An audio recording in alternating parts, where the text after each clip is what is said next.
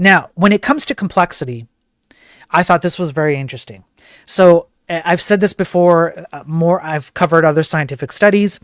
The more complex the problem space that the LLM has to solve, the more dramatic its decline, or the decline in its capability to actually answer that question.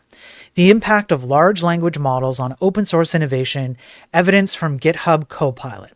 So GitHub Copilot is an autocomplete system. Essentially, it's now become like an AI integration system into your GitHub repositories.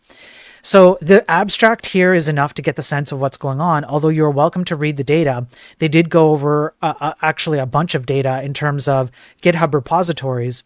So they looked at the number of contributions that were done on GitHub repositories given a generally reasonable array of programming languages and problem spaces and contributor counts and things like this.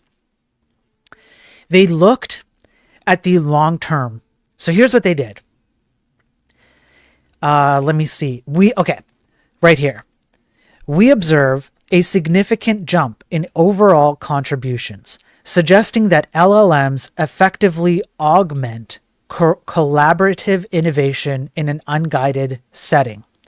Interestingly, Copilot's launch increased iterative innovation focused on maintenance-related or feature-refining contributions. I'll pause there.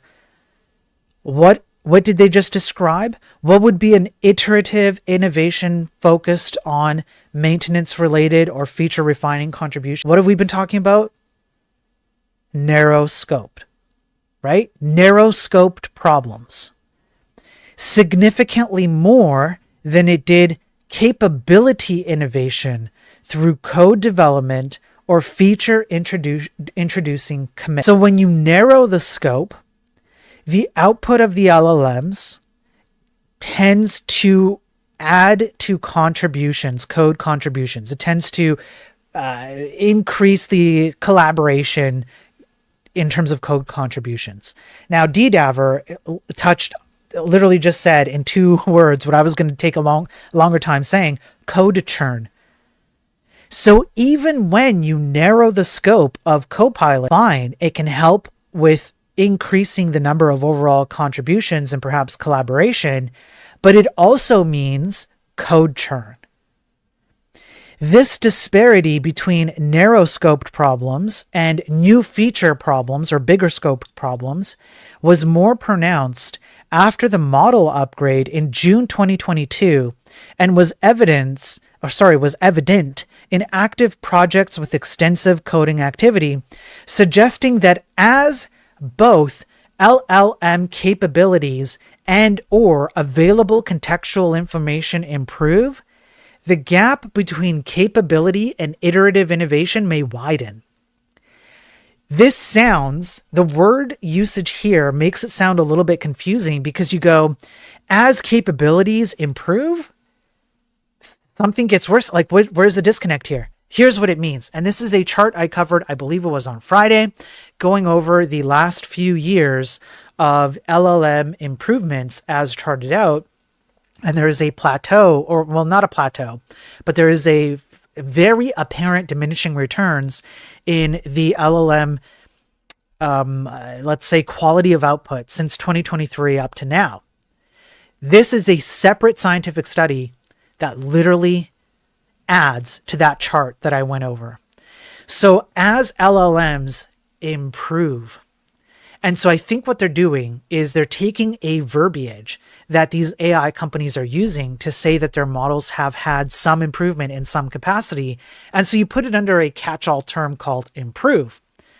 As the LLMs improve, their ability to handle more complicated tasks, such as new features or new code generation, versus handling tasks that are narrower in scope, widens. That means they become worse in that respect. And we're going to trust these LLMs with code generation, and we're going to have people who say, I'm not going to trash talk AI for generating bad code anymore.